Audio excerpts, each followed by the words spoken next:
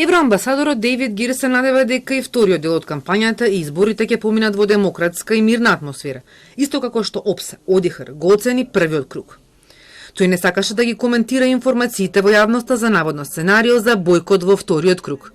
What's important is the international election observation mission of the ODIHR has already issued its preliminary statement regarding the first round of the elections. And this has found that the elections have taken place in a generally democratic and peaceful atmosphere.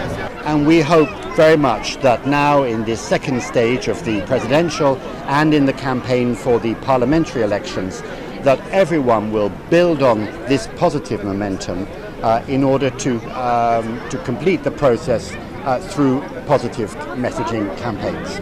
Regarding the second question and regarding any political questions related to the elections, I'm sure you understand that I'm not going to comment at this stage.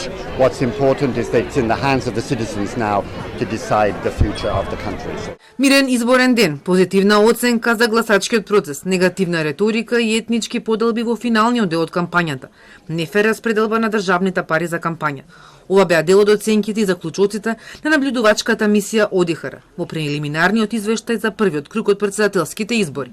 Измените на изборниот законник, направени по распишување на изборите и во забрзана постапка, предонесуваат за поткопување на правната сигурност, сметаат од мисијата. Иако овие законски промени вклучија некои од претходните препораки на ОДИХР и технички предлози од ДИХ, тие во голема мера не ги зедоа предвид препораките дадени од меѓуагенцијската работна група во ноември 2023, стои во прелиминарниот извештај. Заклучуваат и дека парите од државниот колеж за рекламирање се неравномерно распределени кај кандидатите, но дека отсуствува контролен механизам кај онлайн медиумите. Ги истакнуваат и сомнежите дека дел од порталите биле создадени со единствена цел да добиваат државни средства за време на изборната кампања. Во некој случај да ги канализираат овие средства кон политичките партии.